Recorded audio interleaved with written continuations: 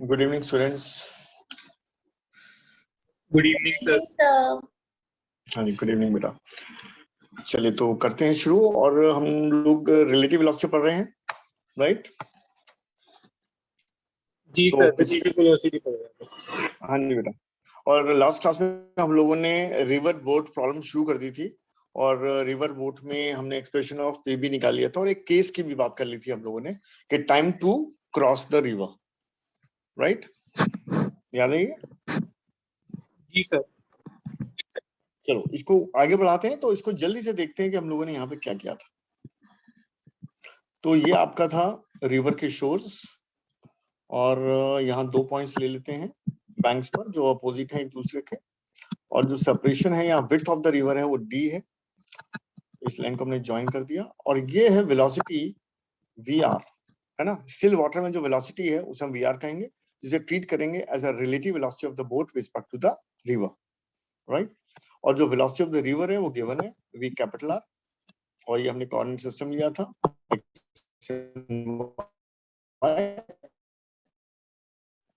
आपको अच्छे से याद होगा कि हम यहाँ पर वो क्या है, तो minus V R sine theta I cap plus V R cos theta J cap, और जो वेलोसिटी ऑफ रिवर है वो वी आर आई कैप। तो वीवी जो था वो दोनों को क्या था, वेक्टर सम, है ना? इसे मैं थोड़ा सा जल्दी कर रहा हूँ क्योंकि हम लोगों ने लास्ट क्लास में ही किया हुआ है। तो दोनों का जो वेक्टर सम है ये है expression of the velocity of the boat. और जब मैं केवल बोलता हूँ velocity of the boat, I mean velocity as seen from the ground or as seen from the shore, right? Not from the river. शोर से देखने पर जो वेलोसिटी ऑफ द बोट दिखेगा उसका ये एक्सप्रेशन है इन द वेक्टर फॉर्म। तो दोनों को ऐड कर देते हैं, तो हमें क्या मिला था expression, V R minus V small R sine theta I cap, और ये आया था V R cos theta J cap, right? ये आ गया था, ठीक है? और जैसे मैंने कहा कि यही एक्सप्रेशन करने वाला है पूरे के पूरे केस में, जितनी भी चीजें मैं पूछने वाला हूँ मैं इसी एक्सप्रेशन को यूज करूंगा, राइट? तो सबसे पहला जो केस हमने लिया था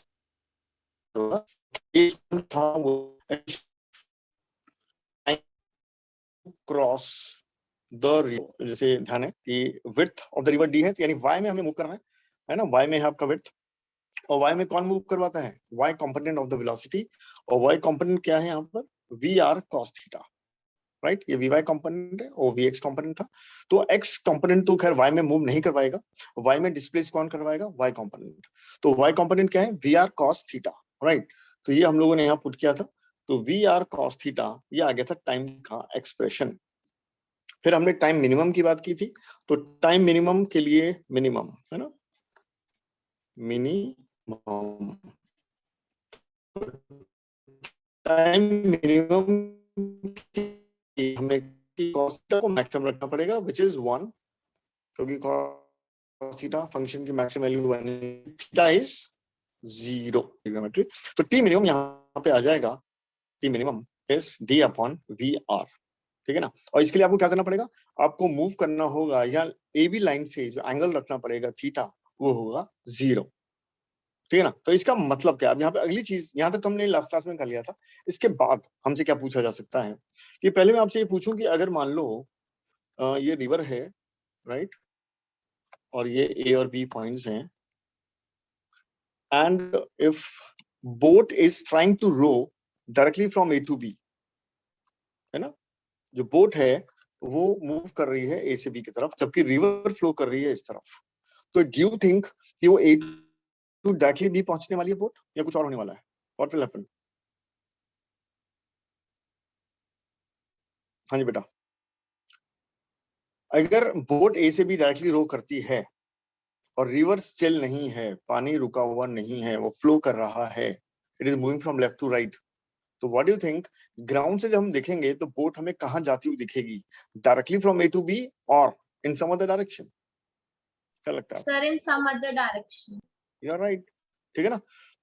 और मैं डायग्राम बनाता हूँ क्योंकि आप थोड़ा सा विजुअलाइज तो कर ही चुके हैं। तो एग्जैक्टली होने ये वाला है कि boat will move like this, यानी एरो मैंने ऊपर बनाया बिकॉज वो जा तो नॉर्थ की तरफ ट्राई कर रहा है, बट ईस्ट की तरफ रिवर है और ये मूव करेगा finally A to this C, in this direction the boat will move, and the distance it moves in the x direction by the time it crosses the river is called as horizontal drift. तो मैं यहाँ पे एक term लिखने वाला हूँ और फिर हम उसको निकालेंगे. तो this is horizontal drift. तो क्या होता है ये? It is the displacement along the flow of river in a time it takes to cross the river. तो रिवर को क्रॉस करने में जितना टाइम लगा उतने टाइम में वो कितना डिस्प्लेस हो गया along the flow of the river. ठीक है, अलोंग द रिवर कितना वो डिस्प्लेस हो गया, या मैं यूं कहूं इन the X direction, because river flow कर रही है एक्स डायरेक्शन में. तो दिस डिस्टेंस जो मैंने यहाँ पर एक्स से डिनोट किया है is called as horizontal drift. ठीक है, तो मैथमेटिकली इसे करने में कोई दिक्कत है नहीं. इतना अगर आपने नोट कर लिया तो मैं आगे मूव करूंगा, लेकिन मैं वेट कर सकता हूँ अगर आप इसे कर रहे हैं तो. ठीक है ना, इसे यहाँ तक नोट कर लें.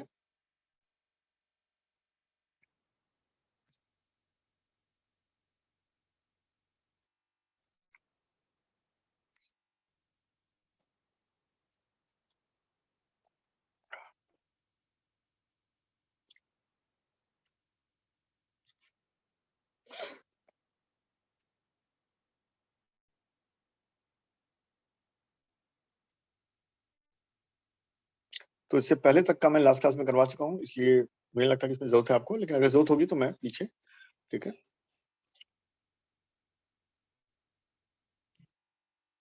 चलिए. तो क्या हो गया नोट? सर एक सेकंड. Yes sir. चलो कर लो. ठीक है, अदनान कर लो. और बाय द टाइम है ना, जो लोग सोच रहे हैं वो हॉरिजॉन्टल ड्रिफ्ट कैसे निकालनी है वो सोचें. यानी ए से बी डायरेक्टली जाने का ट्राई कर रहा है बोट, बट एक्चुअली ग्राउंड से दिखा वो ए टू सी पहुंचा. तो सी पॉइंट की जो दूरी है फ्रॉम द बी पॉइंट है, जिसको हमने नाम दिया है हॉरिजॉन्टल ड्रिफ्ट, तो कैसे आने वाला है ये आप सोचना शुरू कर दीजिए. और हो सकता है आपके पास आंसर आ चुका हो कि बी टू सी जो एक्स है, डिस्प्लेसमेंट है, वो कितना होगा. टाइम का एक्सप्रेशन हमारे पास है, velocity of the boat we know in INJ.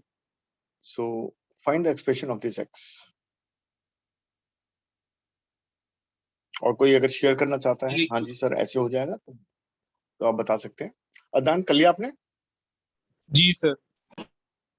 Right. अब मुझे ये बताओ, ये हॉरिजॉन्टल ड्रिफ्ट जो निकालनी है इसके लिए क्या किया जाए. ये एक्स है क्या? ये है displacement in the X direction. तो डिस्प्लेसमेंट जो एक्स में करवाएगा, वेलोसिटी का कौन सा कंपोनेंट होगा? क्या वाई कंपोनेंट होगा या एक्स होगा? एक्स है ना. यानी एक्स में अगर बॉडी डिस्प्लेस करती है तो वो x component of the velocity की वजह से ही मूव कर सकती है. वाई तो भाई वाई में ले जाएगा ना, एक्स वाला एक्स में ले जाएगा, है ना. तो ये बी टू सी जो डिस्प्लेसमेंट है वो क्या है? Displacement in the X direction. Right. And we know the expression of velocity of the boat कौन सी थी? बिल्कुल शुरुआत वहीं से की थी. यही तो है. ठीक है ना. तो ये वाला, ये क्या है? Vx. ये क्या है? Vy. एंड वी नो कि x में जो मूव करवाएगा वो कौन होगा? वो x होगा, Vx, x component of the velocity of the boat as seen from the ground. अच्छा, टाइम टू क्रॉस क्या है वो भी मालूम है हमें. ठीक है, किस केस में? जब टाइम मिनिमम लगा था, जब A to B डायरेक्टली जा रहे थे, यानी थीटा 0 था, है ना, थीटा 0 था, और हमें बताना है हॉरिजॉन्टल ड्रिफ्ट क्या है. तो हॉरिजॉन्टल ड्रिफ्ट के लिए क्या करें? केवल लगा दें x is nothing but velocity in the x direction into time. तो जो भी टाइम लिया उसने रिवर को क्रॉस करने में, जो ऑलरेडी हम निकाल चुके हैं इस केस में, है ना, जो t मिनिमम ही था. ठीक है ना. तो उसी टाइम में वो x में कितना जाएगा ये हमें निकालना है. और x में कितना जाएगा, कौन ले जाएगा? ये पूछना चाहिए हमें अपने आप से. तो ले जाएगा x component of the velocity which is Vx. अब ये Vx है कितना, तो जरा फिर देखते हैं. तो Vx है V capital R minus V small r sine theta. Right. तो चलिए इसको हम यूज करते हैं, और ये मैं x यहाँ पर निकालता हूं. तो Vx इंटू टी, तो ये था V capital R minus V small r sine theta. और टाइम क्या था? टाइम था d upon VR cos theta. But ये तो जनरल एक्सप्रेशन है हॉरिजॉन्टल ड्रिफ्ट का. बट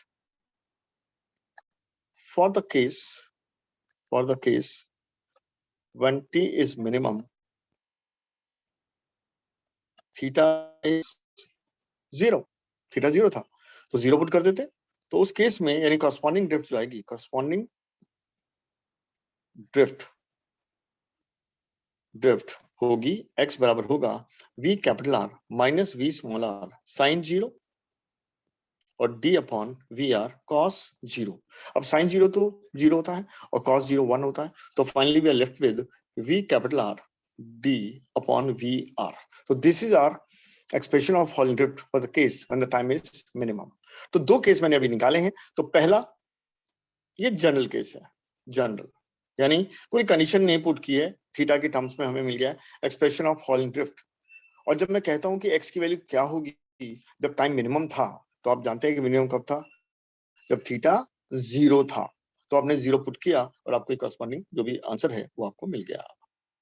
तो ये क्या आप लोग क्लियर है, एकदम समझ लें, नोट तो कर ही लें, और कोई डाउट हो तो एकदम से पूछिए। तो सर जब भी क्वेश्चन में मिनिमम लिखा होगा तो इसी से करना होगा ना? हाँ, जब टी मिनिमम लिखा होगा तो ये वाला फॉर्मूला लगाना है नीचे, है ना।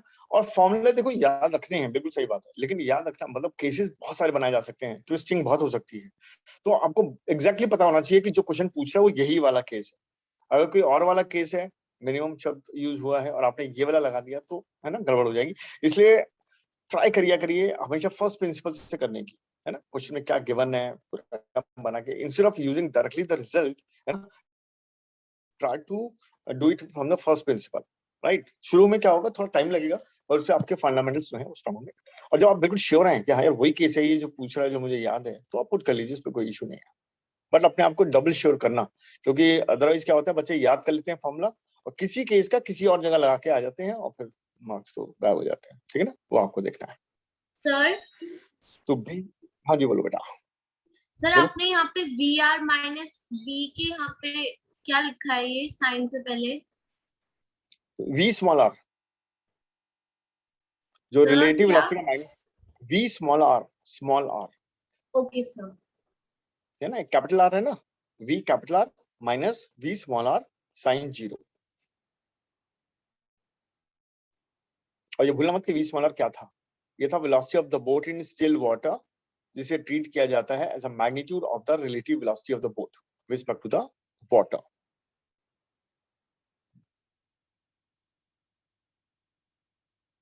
ठीक है, जी सर, लिख लिया। चलिए तो ये नोट हो गया, आगे बढ़े।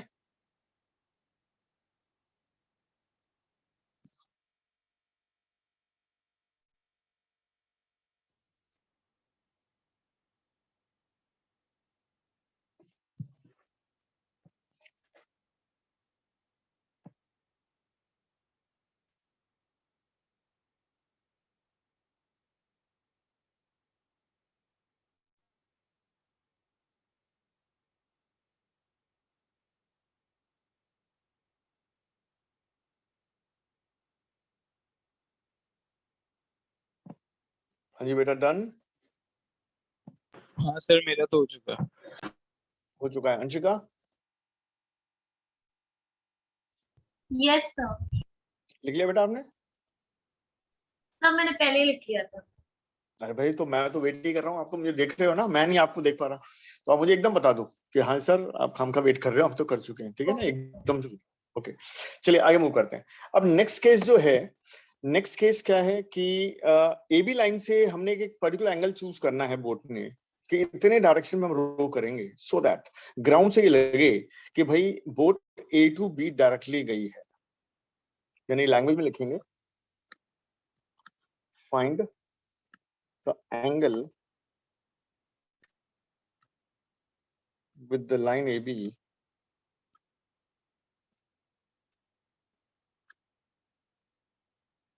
with which boat should be rowed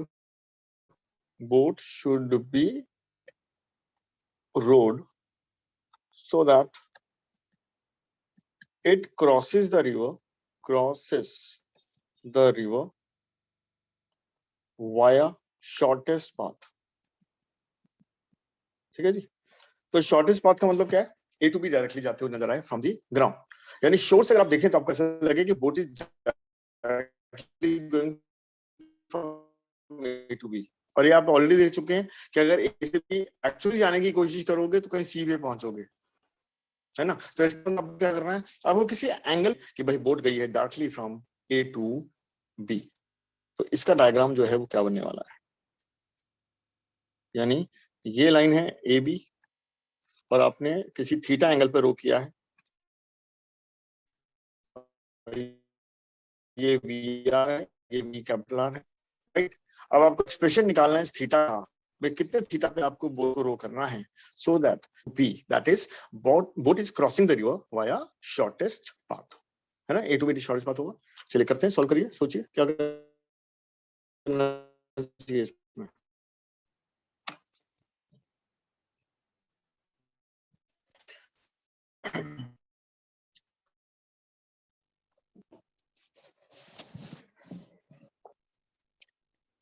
तो क्या किया जा सकता है इस केस में,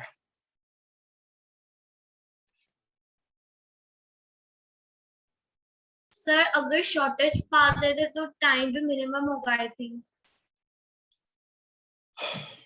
एक्चुअली नहीं, अभी देखते हैं। टाइम मिनिमम तो ऑलरेडी निकाल चुके हम लोग,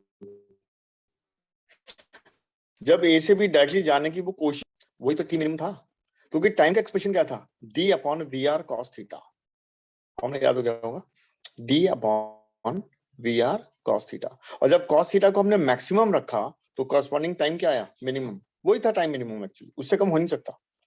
लेकिन जब वो मिनिमम टाइम में उसने रिवर को क्रॉस किया तो ए से वो सी पहुंचा था, वो ए से बी नहीं पहुंचा था, ये आपको पता है पिछले केस में, ठीक है ना, कि छोटी छोटी बातें होती हैं जो, है ना, आते आते ही आती हैं, टाइम लगता है ना। बट ये देखो ये वाला केस हमने किया था, जब वो ए से बी डायरेक्टली जाने की कोशिश कर रहा था। अच्छा मुझे ये बताओ, अगर रिवर फ्लो करे या ना करे, ठीक है, मान लो रिवर फ्लो नहीं कर रही, अब वो ए से बी डायरेक्टली जाने की कोशिश कर रहा है, उसे टाइम लगेगा मान लो 10 मिनट्स। अब रिवर को फ्लो करवा देते हैं, वो फिर से ए टू बी जा रहा है लेकिन पहुंचा वो A to C, actually path the boat followed is A to C. तो डू यू थिंक 10 मिनट से ज्यादा टाइम लगने वाला है, कम लगने वाला है, या सेम लगने वाला है, क्या लगता है?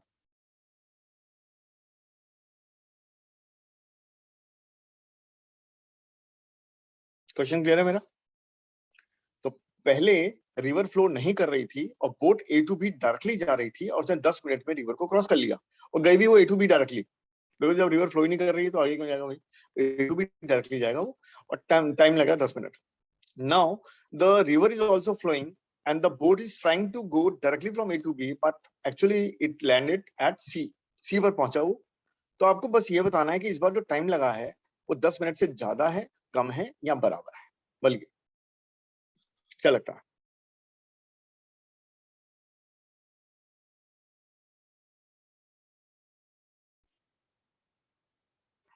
भाई कुछ ना कुछ वोट डाल दो, बाकी देखी जाएगी। अंशिका बोलो क्या लगता है,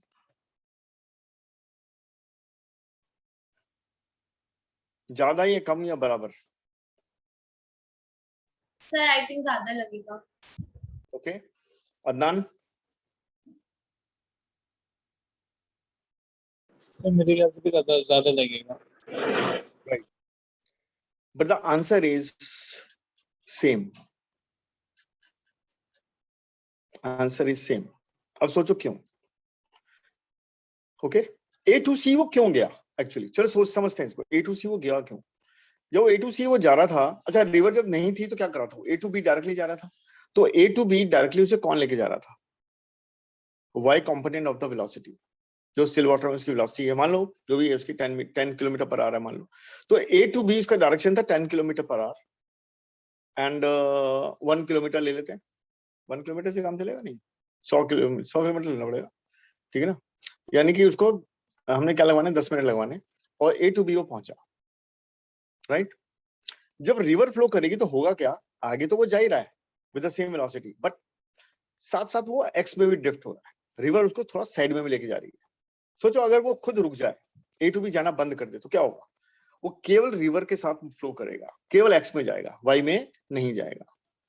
सोचो थोड़ा, यानी वाई में रिवर वेलोसिटी हो या ना हो, रिवर की वेलोसिटी हो या ना हो, वाई में जो जाने का स्पीड है वो रिवर की वेलोसिटी पे डिपेंडेंट नहीं है। सोचो थोड़ा, वाई में जिस स्पीड से वो खुद जा रहा है वही उसको वाई में ले जा रहा है, यानी रिलेटिव वेलोसिटी का जो भी मैग्नीट्यूड है वी आर, ठीक है ना, स्टिल वाटर में जो भी इसकी स्पीड है वी आर, और उसी से वो मूव कर रहा है ए टू बी डायरेक्टली। अगर रिवर ना होती तो वो ए से बी डायरेक्टली जाता, और ए से बी डिस्टेंस कितना होता डी, और स्पीड क्या होती वी आर, टाइम क्या लगता डी अपॉन वी आर। और अब भी जब वो ए टू बी डायरेक्टली जा रहा है, बट रिवर को थोड़ा एक्सप्लेन में लेके जाती है, but that doesn't matter. River को क्रॉस करने में जो वाई में उसने डिस्प्लेसमेंट कवर किया है वो स्टिल डी है। क्या ये बात सबकी समझ आ रही है? अंशिका, क्या ये क्लियर है?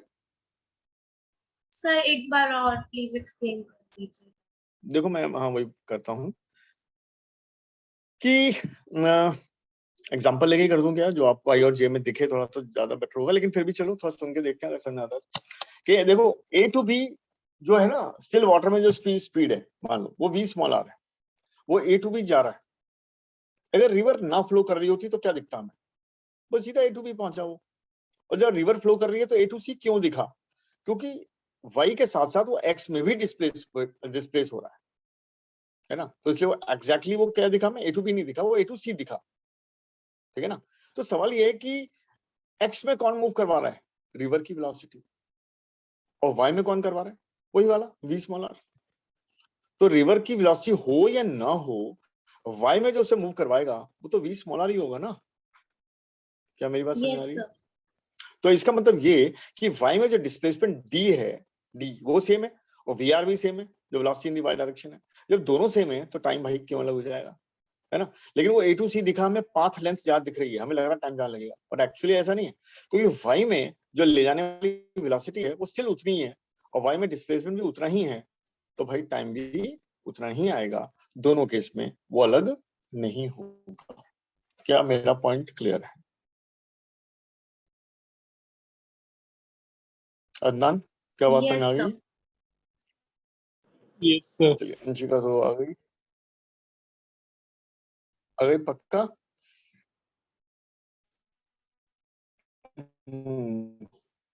चलिए, हम प्रोजेक्टाइल मोशन पढ़ चुके हैं। प्रोजेक्टाइल में भी तो यही सब है। प्रोजेक्टाइल में भी क्या हुआ था? आपने वेलोसिटी रख दी थी तो बॉडी ऊपर जा रही है, साथ साथ थोड़ा आगे भी जा रही है। अगर सोचो एक्स डायरेक्शन वेलोसिटी ना होती तो क्या करती बॉडी? सीधा ऊपर जाती, ऊपर से नीचे आती। लेकिन ऊपर के साथ साथ अगर आप एक्स में भी वेलोसिटी दे दोगे तो क्या होगा? ऊपर के साथ साथ वो थोड़ा आगे भी जाएगा, और फिर नीचे आने के साथ साथ भी आगे जाएगा। अल्टीमेटली हमें पैराबोलिक पाथ दिखेगा। यानी एक्स में जो डिस्प्लेस कर रहा है वो उसका एक्स का वेलोसिटी है, और जो वाई में ऊपर लेके गया, ऊपर से नीचे आया, वो वाई में वेलोसिटी है, राइट। एक्स में वेलोसिटी नहीं दूंगा तो भी पाथ कैसा होगा? स्ट्रेट लाइन, नीचे से ऊपर, ऊपर से नीचे। लेकिन अगर एक्स और वाई दोनों वेलोसिटी होंगी तो क्या होगा? ऊपर भी जाएगा पर साथ साथ वो आगे भी डिस्प्लेस होगा, हाईएस्ट पॉइंट पे पहुंचेगा, फिर जब नीचे भी आएगा तो भी आगे डिस्प्लेस होगा, और अल्टीमेटली हमें पैराबोलिक पाथ दिखेगा, जो कि हमने प्रोजेक्टाइल मोशन में पढ़ा है। क्या समझ में आ रहा है? ये विजुअलाइज हो रहा है? नहीं सर। नहीं हो रहा ना? चलो कोई खास बड़ा इशू नहीं है, पर चलो मैं तुम्हें फिर भी थोड़ा बताना है तो बता देता हूँ। यहाँ पर ये लो, देखो, अगर मैंने यहाँ वेलोसिटी दी कुछ u और ये थीटा था, तो ux क्या था? u cos theta. और uy क्या था? u sin theta. था कि नहीं? जल्दी बोलो। y में वेलोसिटी थी ना, u sin थीटा। हाँ जी सर। अब ये पाथ अगर ये है तो मैं ऐसा कह सकता हूँ कि देखो यहाँ y अलग कलर दिखाता हूँ मैं, ये देखो, ये uy है और ये ux, और यहां जब तक पहुंचा तो ये u y डैश हो गया और ux सेम रहा। फिर और ऊपर पहुंचा, ये ux सेम रहा और ये uy डबल डैश हो गया, और हाईएस्ट पॉइंट पर uy तो जीरो हो गया, तो हाईएस्ट पॉइंट पे वर्टिकल वेलोसिटी जीरो रहती है, बट ux सेम रहा। तो पहले तो समझो ये मैं कर क्या रहा हूँ। मैं ये कर रहा हूँ कि वेलोसिटी जो नेट है, नेट तो इधर है डेफिनेटली, उसमें कोई डाउट नहीं, टेंजेंट के अलाउंग, बट उसके जो कंपोनेंट्स हैं x एंड y, तो x component is not changing. Why? Because ax is 0. जब एक्सेलरेशन x में है ही नहीं तो velocity in x will not change. क्या मेरी बात समझ आ रही है? अगर एक्सेलरेशन x में नहीं है तो वेलोसिटी x में चेंज नहीं होगी।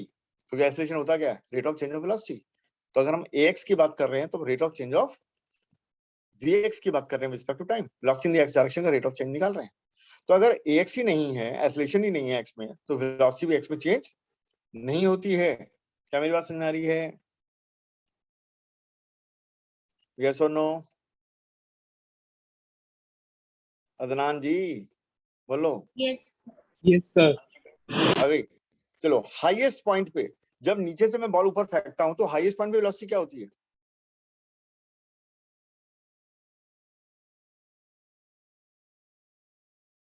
अरे बॉल को नीचे से ऊपर फेंका, हाईएस्ट पॉइंट पे कहीं पहुंचा, वेलोसिटी क्या थी? जीरो भाई, जीरो। Yes sir, 0। तो आएगा, पहले नीचे से ऊपर जा रहा होता हुआ, ठीक है ना? स्लो रही है, स्लो रही है, स्लो, अब फिर नीचे आ रही है, फास्ट हो रही है, फास्ट हो रही है। तो जब ये रिवर्स नहीं, अन्ना जी यस और नो, यस और नो, यस और नो बोलते रहो। यानी बॉडी पार्टिकल ऊपर जा रहा है स्लो होता हुआ, हाईएस्ट पॉइंट पे पहुंचा, तो हाईएस्ट पॉइंट पे फॉर इंस्टेंट रुका और फिर वापस नीचे आया पास होता हुआ। तो प्रोजेक्टाइल मोशन में क्या हो रहा है कि जो वाई कंपोनेंट है वो धीरे धीरे कम हुआ, कम हुआ, कम हुआ, कम हुआ, हाईएस्ट पॉइंट पे जीरो हुआ, फिर नीचे की तरफ बढ़ा बढ़ा बढ़ा बढ़ा, है ना? लेकिन जो एक्स कंपोनेंट था वो चेंज नहीं हुआ, क्योंकि एक्स डायरेक्शन में कोई एक्सेलरेशन नहीं था। क्या समझ में आ रहा है? सर मेरा इंटरनेट चले गया था। क्या लेंगे थे? क्या हो गया? इंटरनेट चले गया था पिछले वाले पोर्ट में। अरे तभी कहा, मैं तो इतनी देर से बुला रहा हूँ, अदनान कहाँ चला गया भाई? वही तो अदनान कहीं नहीं गया, जी यहीं पे। Internet connection. अच्छा, जी इंटरनेट कनेक्शन चला गया, ओके ओके, नो प्रॉब्लम। आखिरी चलो वाला सही है, चलिए कोई बात नहीं। तो अब ये पॉइंट क्लियर है जो मैं बोल रहा हूँ, यानी कि जब मैं एक एंगल पे प्रोजेक्ट करता हूँ, वेलोसिटी देता हूँ, तो वाई कंपोनेंट तो धीरे धीरे कम होगा जैसे जैसे ऊपर जाएगा, हाईएस्ट पॉइंट पे जीरो होगा और बाद में नीचे की तरफ बढ़ेगा। लेकिन जो एक्स डायरेक्शन में वेलोसिटी है वो चेंज नहीं होगी, क्योंकि एक्स में एक्सेलरेशन नहीं है। क्या ये मेरा सिंपल सा पॉइंट क्लियर है? जी sir. Okay good. Anshika clear है ना? Yes sir. चलो, तो हम आगे मूव करते हैं, यानी हम अपने टॉपिक पे वापस आते हैं कि यहाँ पर एक क्वेश्चन था कि ए टू बी ने कितने एंगल पे रो किया जाए जो हमें ऐसा लगे कि भाई ये डायरेक्टली ए टू बी जा रहा है। तो हमें मालूम है कि बोट की जो वेलोसिटी का फॉर्मूला है वो क्या था, वो v capital R minus v small R sine theta है, आई कैप, और ये वी आर कॉस थीटा है, जे कैप। ये तो याद है ना आपको? हाँ जी सर। ठीक है ना? अगर कोई चीज मैं देख रहा हूँ ग्राउंड से और मुझे खाली वाई में जाती हुई दिखती है, कोई चीज वाई में जा रही है केवल, तो उसका एक्स में वेलोसिटी क्या है? क्या बोलोगे? If I am observing from the ground and I'm observing that the body is only moving in the y direction, it is not at all moving in the x direction, that is boat A से B directly जाती हुई मुझे नजर आती है अगर, तो इसकी x डायरेक्शन में जो वेलोसिटी है उसके बारे में क्या कहना चाहेंगे आप? क्या है x में velocity if the particle is only moving in the y direction?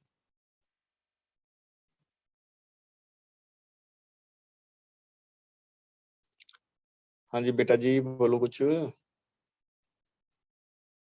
अभी आपको एक सिंपल सी बात रिलेट करनी है, x वाली वेलोसिटी x में ले जाती है, y वाली वेलोसिटी y में ले जाती है। अगर दोनों वेलोसिटी अवेलेबल हैं तो डिस्प्लेसमेंट x में भी होगा, y में भी होगा, यानी x कोऑर्डिनेट भी चेंज होगा, y कोऑर्डिनेट भी चेंज होगा। ये बात समझ में आ चुकी है कि नहीं आई है, बताओ पहले। आ गई सर। अच्छा, अब मुझे कोई चीज केवल y में जाती हुई दिख रही है, उसमें x में कोई डिस्प्लेसमेंट नहीं हो रहा, तो इसका मतलब x में वेलोसिटी है या नहीं है? नहीं है सर। नहीं है। तो इसका मतलब ये है कि आपने ऐसा एंगल चुनना है, ऐसा एंगल चुनना है कि जिस एंगल पे जब आप रो करें तो ग्राउंड से ऐसा दिखे, यानी वेलोसिटी क्या है, ये तो ग्राउंड से है ना, तो जो वेलोसिटी हो ग्राउंड से वो केवल y में हो, केवल y में, यानी ए टू बी डायरेक्टली हो, और तभी पॉसिबल है जब x कंपोनेंट क्या हो जाए, जीरो। तो आप लिखेंगे, है ना, या तो putting vx equal to zero we get, ठीक है ना? तो अगर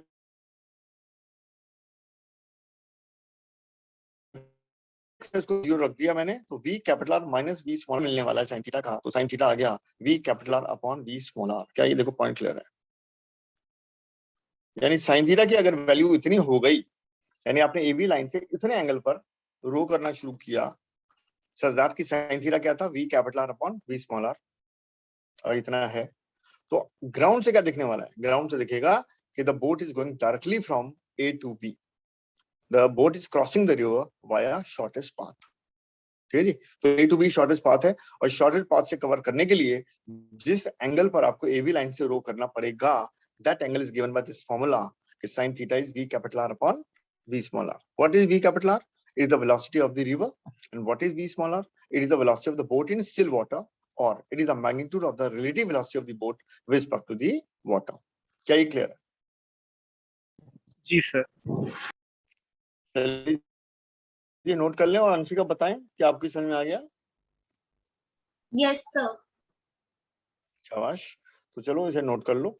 तो यानी हमने अगला केस भी कर लिया कि साइन थीटा की वैल्यू जो है V capital R by V small R अगर हो, ठीक है ना, इतने एंगल पर अगर वो चलेगा, बोट को चलाने की कोशिश करेगा, ठीक है ना, तो वो ए से बी डायरेक्टली जाता हुआ नजर आएगा, ठीक है ना। और इस बार टाइम मिनिमम नहीं होने वाला, इसके करस्पॉन्डिंग टाइम अगर निकालना हो, time to cross the river, तो वो मैं अभी आपसे पूछ लूंगा, ठीक है। तो नेक्स्ट पहले ये कर लो, फिर नेक्स्ट पार्ट यही है कि in this case find the, okay शाबाश बेटा। तो इसी केस में आगे लिख लो, खुद ही नोट कर लो, मैं लिखवा रहा हूँ question. In this case find the time by the boat to cross the river.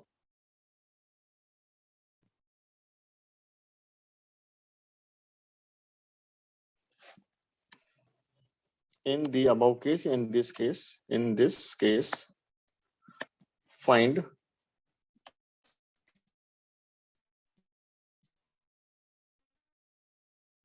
time taken by the boat to cross the river, है ना। तो इसी केस में शॉर्टेस्ट पाथ से तो चला गया, लेकिन टाइम तो कुछ लगेगा ना, तो वो टाइम क्या होगा उसका एक्सप्रेशन आपको बताना है। चलिए सोचिए कैसे निकलेगा।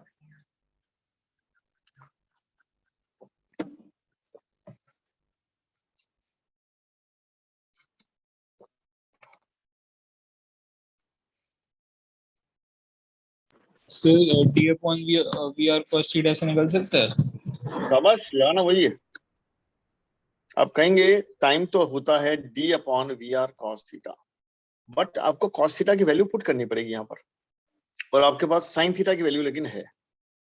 आपको मालूम है कि ये V capital R by V small R है ना।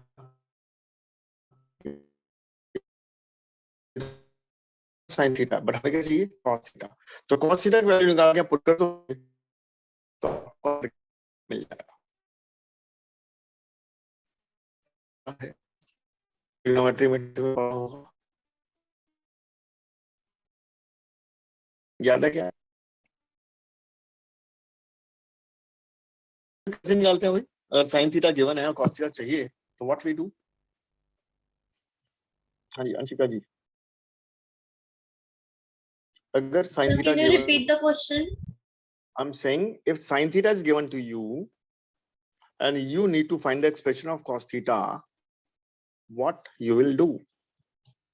तो मैंने जैसे स्क्रीन पे देखो, दिख रहा होगा आपको, साइन थीटा मैंने लिख दिया v capital R upon v small R, ये है गिवन है, पता है ये इस केस में। तो cos थीटा कैसे निकालेंगे, cos थीटा की वैल्यू कैसे निकालेंगे, बोलो।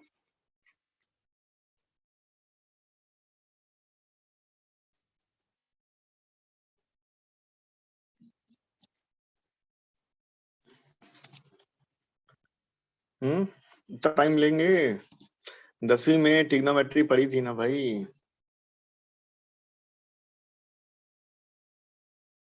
अंशिका आपने 10th सीबीएसई से किया है ना, क्या सर?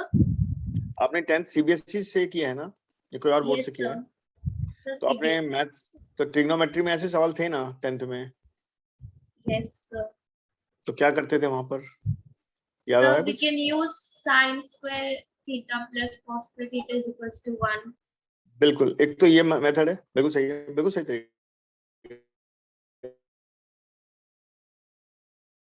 ये करना। अगर एक ट्रायंगल बना लें, ट्रायंगल के सामने, जो एंगल के सामने वाला एंगल परपेंडिकुलर क्या है, इसको बोलते हैं बेस और इसको बोलते हैं hypotenuse. You know sine theta क्या है? साइन थीटा क्या होता है? तो यहाँ साइन थीटा गिवन है V capital R upon V small R, का मतलब ये तो हो गया वी कैपिटल आर, ये हो गया हाइपोट, ओके ये हो गया वी स्मॉल आर। तो बेस निकाल सकते हो using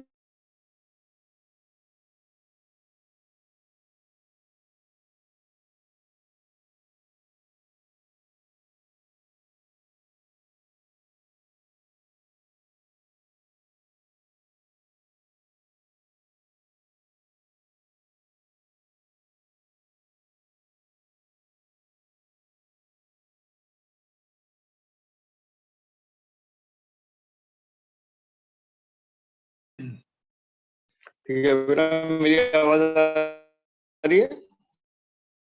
can you hear me? Yes yes sir. Sir, मेरा इंटरनेट वापस चले गया था अभी आखिरी 2 मिनट।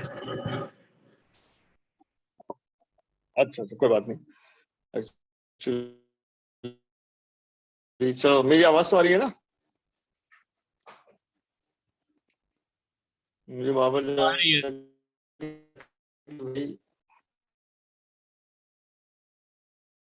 ओके आ गया ये जो हमने लिखा बेस,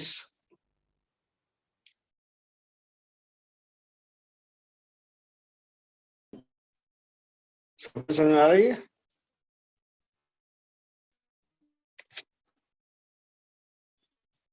स्क्रीन दिख रही है बेटा आप लोगों को? Yes sir. अरे अंशी का टाइम बन रहा है, हाँ जवाब दो बड़ा फटाफट जवाब दो। चलो तो यानी बेस जो है इस ट्रायंगल का वो वी स्मॉल आर का square minus V capital R square का रूट आ गया। तो कॉस थीटा क्या आ जाएगा यहाँ से? Base upon sir base upon hypotenuse. Cos theta हम निकाल सकते हैं यहाँ से, बिल्कुल सही, ठीक है ना?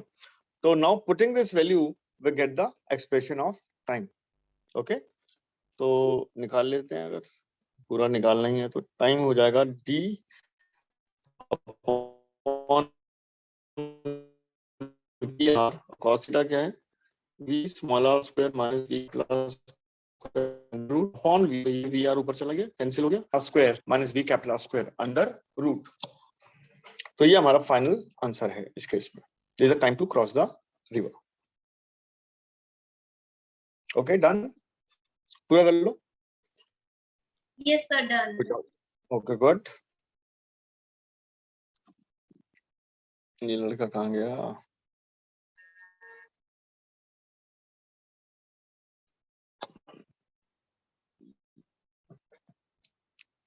चलिए तो रिवर बोट प्रॉब्लम में हमने क्या क्या किया, देखो सबसे पहले हमने निकाला था expression of time to cross the river, फिर हमने निकाला minimum time to cross the river, फिर हमने हॉरिजॉन्टल ड्रिफ्ट की बात की, और फिर हमने इस एंगल की बात की जिस एंगल पे आपको रो करना है ए बी लाइन से to cross the river via shortest path, ठीक है ना?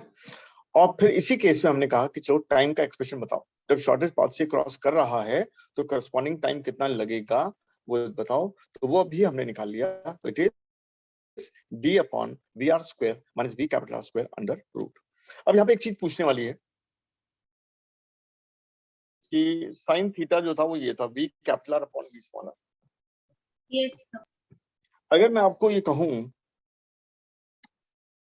कि if v capital R is 10 kilometer per hour and v small r is 8 kilometer per hour, suppose these two values are given to you and चार options नीचे हैं, MCQ question है कि भाई क्या वो shortest path से possible होगा for a boat to cross the river? In this case अगर बोट चाहे A से B डायरेक्टली जाना यानी रिवर को क्रॉस करना वाया द शॉर्टेस्ट पाथ, तो क्या बोट के लिए पॉसिबल होगा? ये नहीं होगा। What you can say in this case?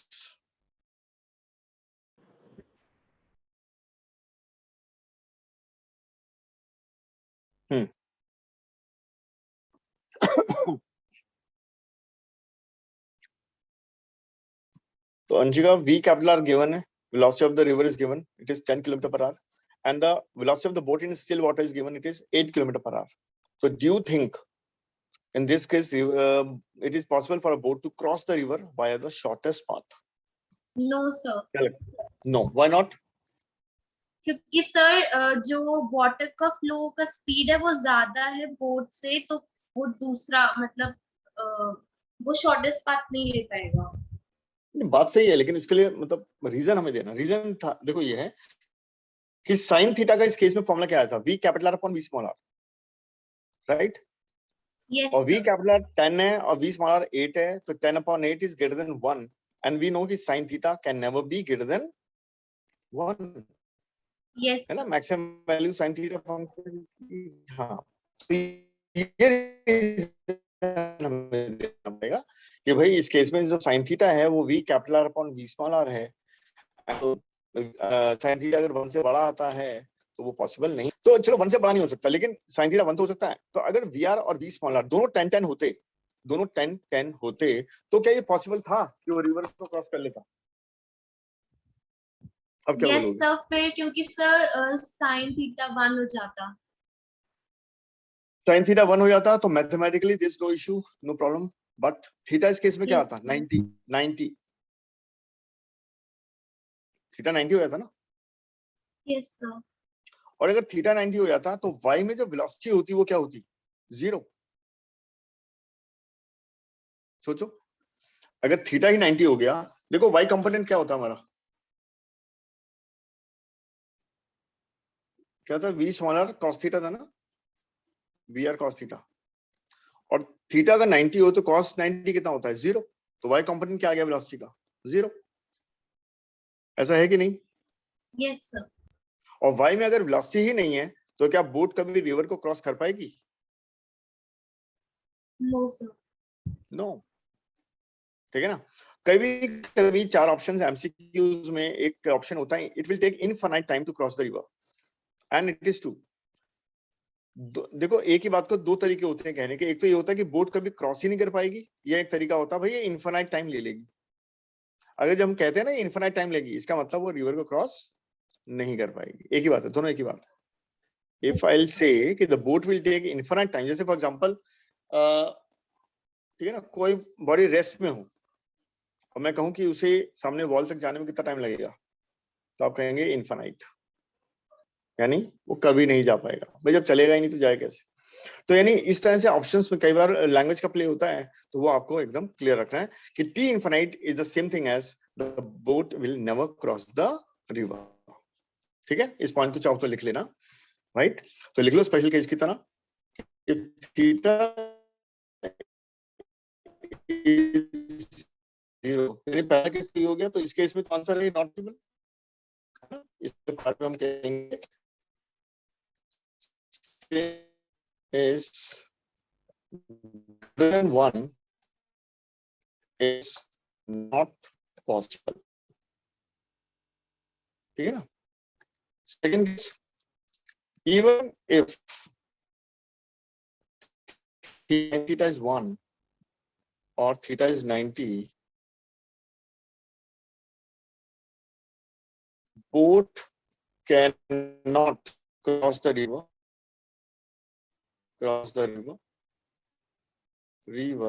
as Vy is 0. The boat will not be able to cross the river। चलिए जी बच्चा, ठीक है, एकदम क्लियर है?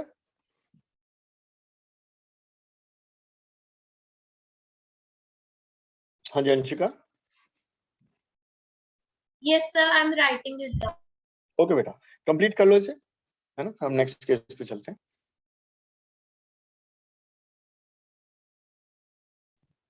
अदनान ने ज्वाइन नहीं किया तुम्हारा, कहाँ गया लड़का?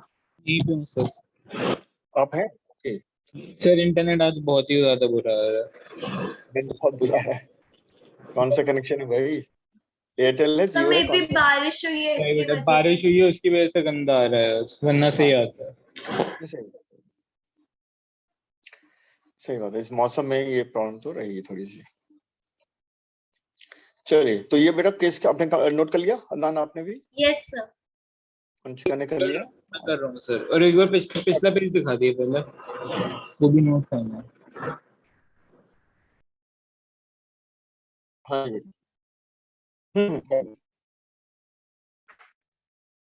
ये पूरे का पूरा केस रिवर बुक कहता है। और नेक्स्ट केस अब हम करेंगे रेन अम्ब्रेला।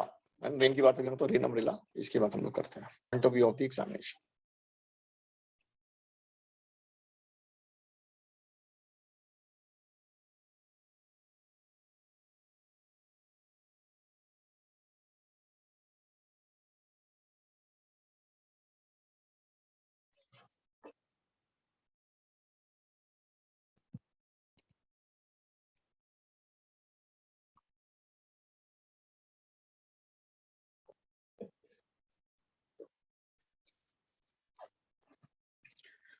तो नेक्स्ट केस में जो लगने वाला है, देखो इस टॉपिक में लगता क्या है, ट्रायंगल ऑयल लगता है बेसिकली, है ना, वेक्टर एडिशन है या सबट्रैक्शन बोल दो, एक ही बात है।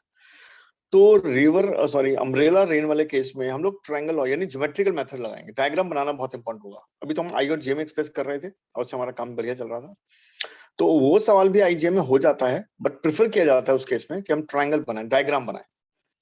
तो जब आप डायग्राम बनाएंगे तो आपको ट्रायंगल ऑफ वेक्टर एडिशन बहुत अच्छे से आना चाहिए। तो अगर आपको लगता है कि मुझे रिवाइज करने की जरूरत है तो मैं आपको रिवाइज करा दूंगा। And if you think that that method is clear to you, है ना, तब कोई इशू नहीं है, तब हम आगे मूव कर सकते हैं। क्या लगता है sir it is clear. Sir मुझे रिवाइज करना होगा, और एक बार अब अगला पेज दिखा। ठीक है, अगला पेज में मैं दिखा देता हूँ। और आपको क्या लगता है कि हम ट्रायंगल लॉ को रिवाइज कर लें थोड़ा सा ना?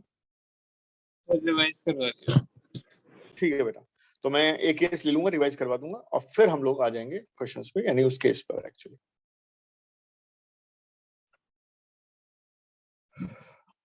तो इसे नोट कर लें।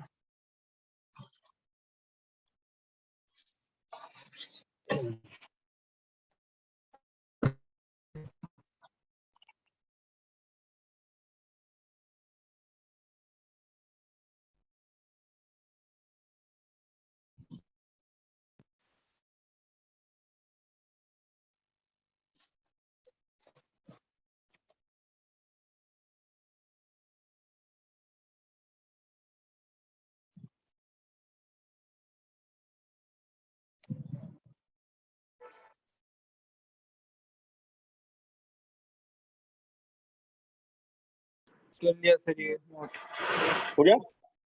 जी सर। चलिए, तो सबसे पहले हम लोग क्या करते हैं, हम ट्रायंगल लॉ और वेक्टर एडिशन को थोड़ा सा रिवाइज कर लेते हैं, है ना, सिंपल है, देख लेते हैं।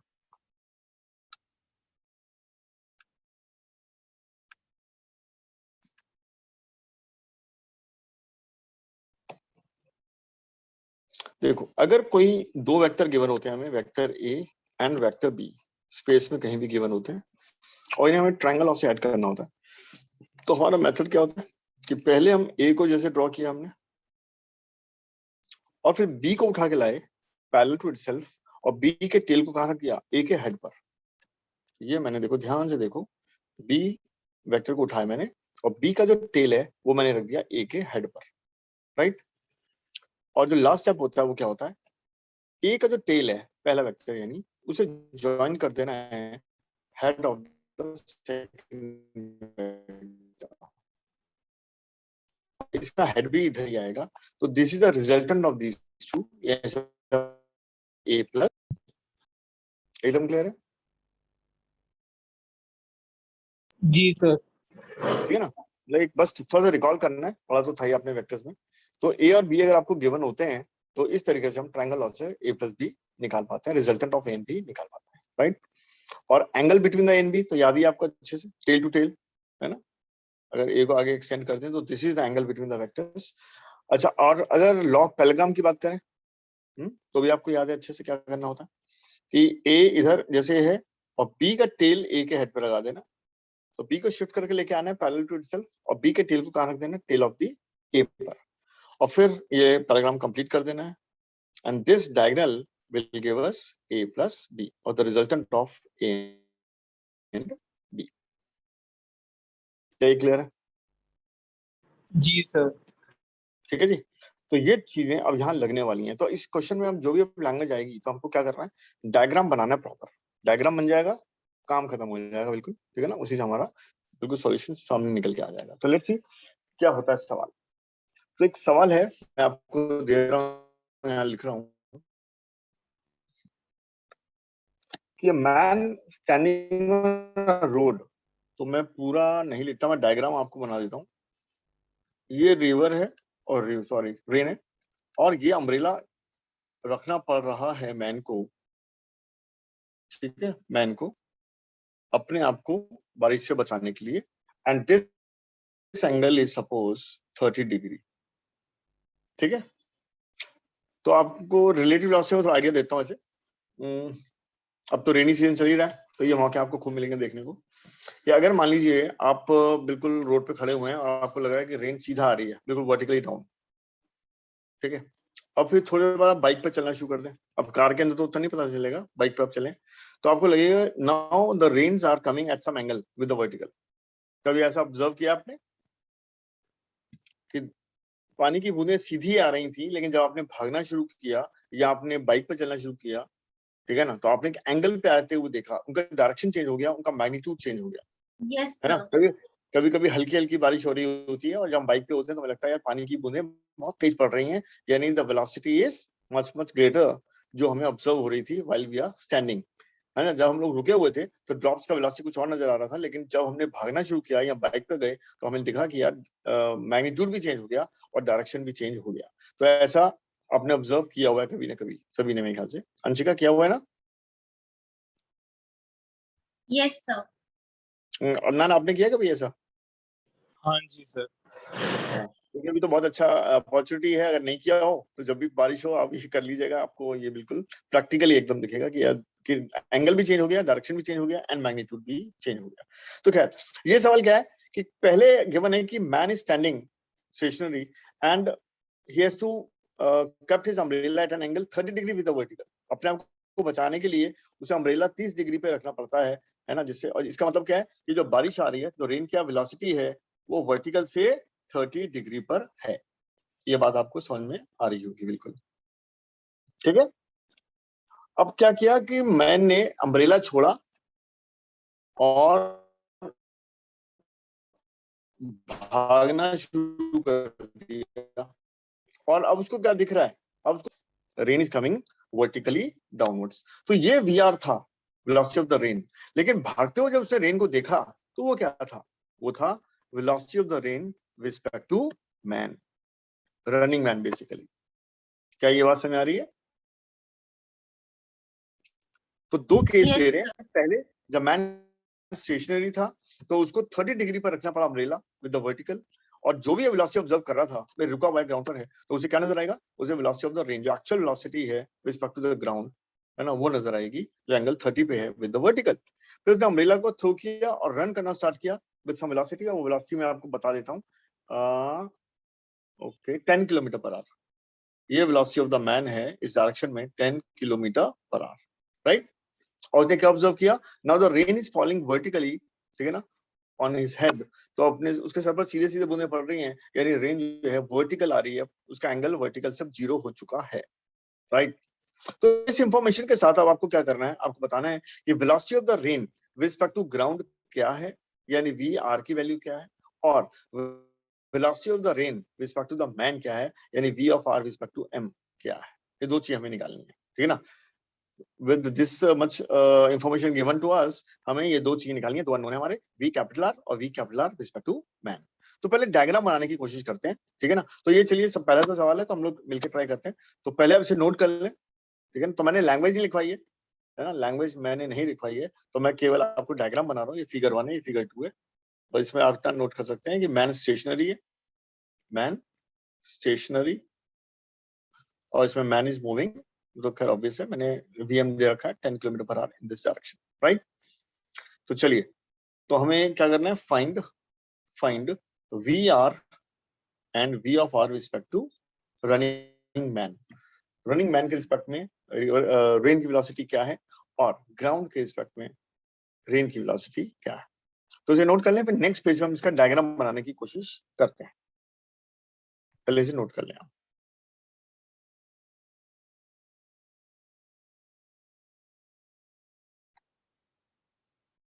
तो हेडिंग हम लिख देते हैं रेन अम्ब्रेला प्रॉब्लम। ठीक है, सर वीएम क्या है? क्या बेटा? सर 10 किलोमीटर पर आवर क्या है? Velocity of the man in the horizontal direction. Okay मैंने सर। वीएम लिखा है ना, वीएम, तो ये वेलोसिटी ऑफ द मैन है इन द हॉरिजॉन्टल डायरेक्शन। ठीक है ना, मैन रन करना स्टार्ट कर देता है horizontally with the velocity 10 kilometre per hour, और उसे क्या दिखता है? The rain is falling vertically. तो इस इंफॉर्मेशन से हमें बताना है कि velocity of the rain with respect to ground क्या है, और velocity of the rain with respect to running man क्या है।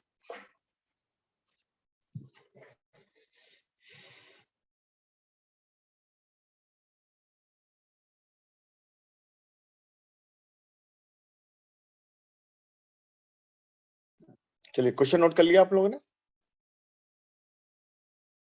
जी सर।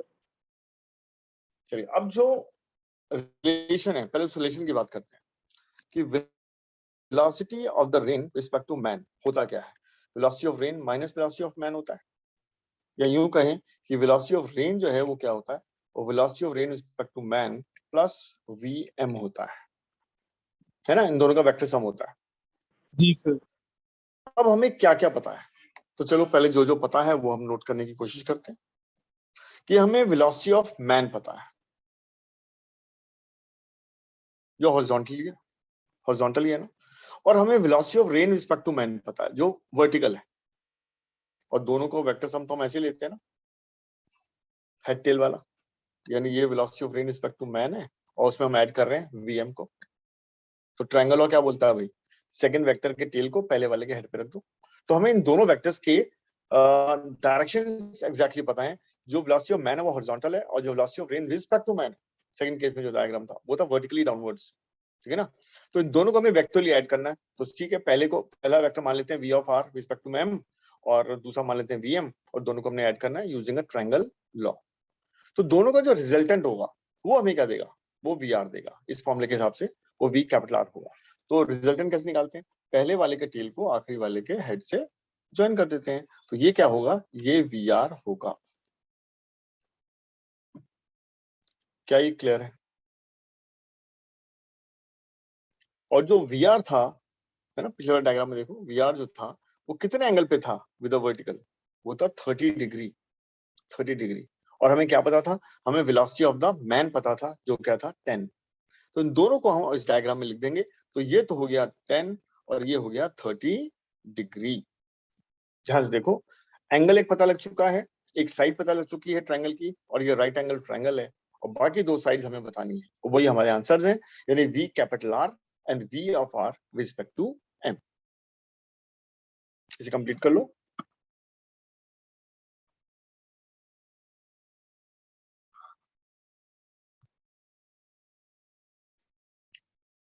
तो अगर हमारा डायग्राम बन जाता है ना, तो क्वेश्चन बहुत सिंपल है। अब इसमें ट्रिग्नोमेट्री तो लगेगी भाई थोड़ी बात।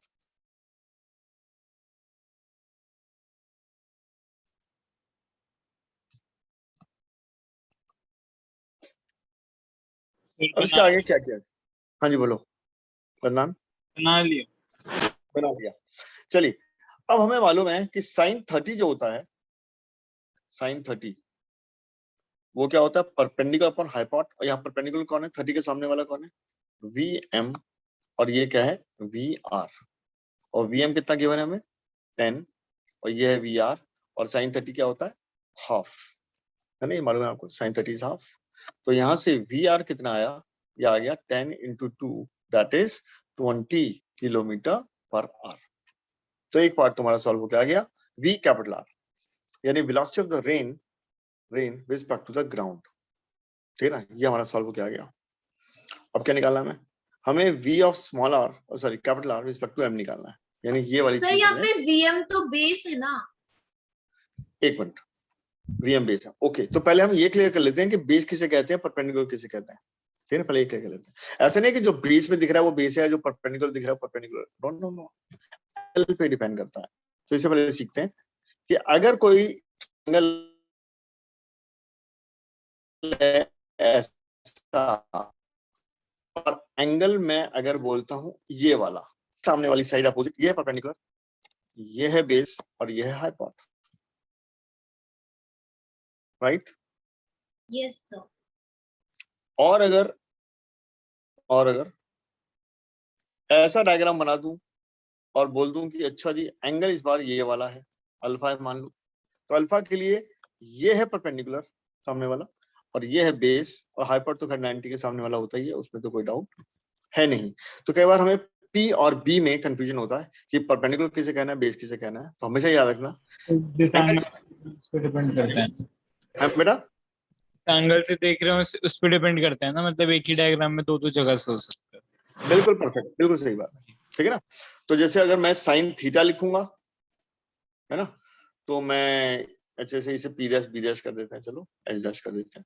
तो साइन थीटा तो होगा पी अपॉन बी, और अगर मैं साइन अल्फा की बात करूंगा तो वो होगा पी डैश अपॉन बी, क्यों भाई एच आएगा और यहाँ पे एच डैश आएगा, ठीक है जी। तो यानी एक बार अगर आपने ट्रायंगल ठीक से बना लिया, पी बी और एच देख लिया, तो फिर तो साइन थीटा आप जानते हैं क्या होता है, पी अपॉन एच होता है ना। तो साइन थीटा निकालना है तो ये वाला पी अपॉन एच, और उधर साइन अल्फा निकालना है तो P dash upon H dash. Clear Anshika? Yes sir. चलिए अब आते हैं पीछे। तो अब आपको देखो कि अब क्लियर है कि साइन 30 जो होता है वो V M upon V capital हो जाएगा, यानी कि 10 अपॉन, ठीक है ना। तो वो 10 अपॉन वी आर हो जाएगा और साइन 30 हाफ होता है, तो यहाँ से हमारा वी कैपिटल आ गया 20 किलोमीटर पर आवर। अब बताओ कि v of r respect to m, यानी ये जो बेस है इस केस में, है ना, वो कितना आएगा। तो इसके लिए हम क्या कर सकते हैं, सर 10। 10 लो, बढ़िया है। तो 10 30 हो जाएगा, तो V M upon V of r respect to m। तो वी एम तो हमारा 10 है ही, और ये हमें निकालना है, और 10 30 क्या होता है 1/√3। तो इसका मतलब v of r respect to m आ गया 10√3 किलोमीटर पर आवर। क्या एकदम क्लियर है? Sir, I want to ask something. You want to?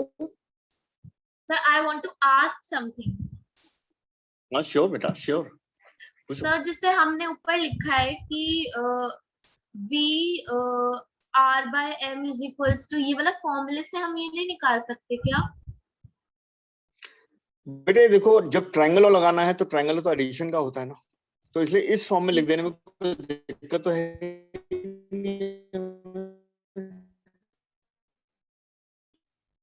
Diagram बनाना आसान हो जाएगा। ये तो एक वैसे भी सकते हैं, डायग्राम बनाने की टेक्निक होती है, जैसे मैं तुम्हें पहले ही बताया हुआ है कि V R minus V M, ठीक है ना।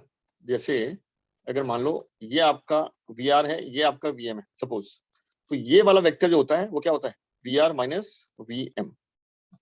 बताया हुआ है मैंने कुछ ऐसा, पोजिशन वेक्टर में बताया हुआ है, डिस्प्लेसमेंट जब बताते हैं, यानी 1 रिस्पेक्ट टू 2 हो या 2 रिस्पेक्ट टू 1 हो, ठीक है ना।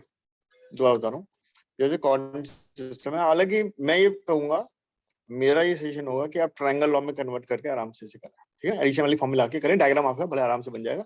अगर आपने, है ना, एक ही चीज की हैबिट डेवलप करेंगे तो अच्छे से कर पाएंगे। एक सीख जाएंगे फिर दूसरा सीख लेना, चीज एक ही है, वो कोई बहुत अलग नहीं है। जैसे मैंने बोला ये 1 है पॉइंट, ये 2 है मान लो, तो इसका जो पोजिशन वेक्टर है वो R1 है, इसका पोजिशन वेक्टर क्या है R2।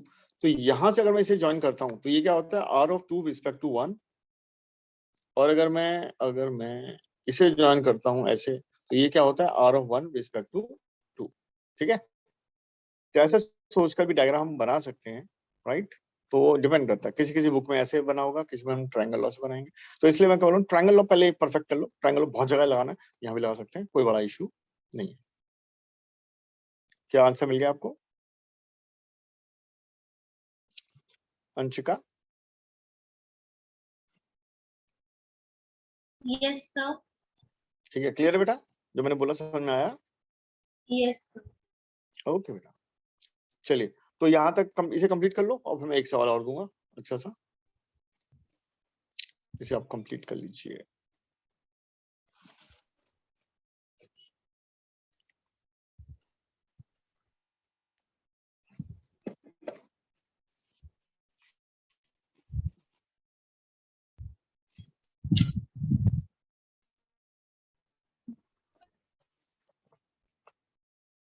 ठीक है कंप्लीट।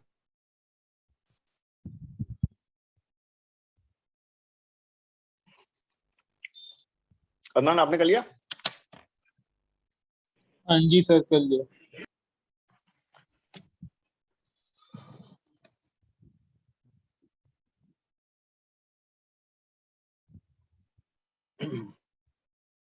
हाँ जी अंशिका जी चलें आगे, यस सर।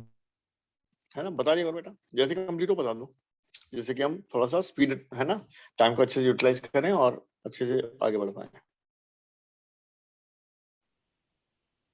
चलो अब एक सवाल मैं आपको दे रहा हूं कि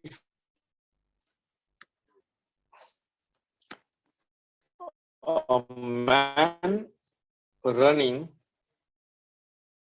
नोट कर लो, on a horizontal at 8 km per hour. Find the rain falling vertically. Finds the rain falling vertically. ठीक है ना, सीधे आती हुई नजर आ रही है। He increases his speed. He increases his speed to 12 km per hour. 12 km per hour. सही है? And find the drops make angle 30 degree with the vertical. And finds the drops making angle 30 degree with the vertical.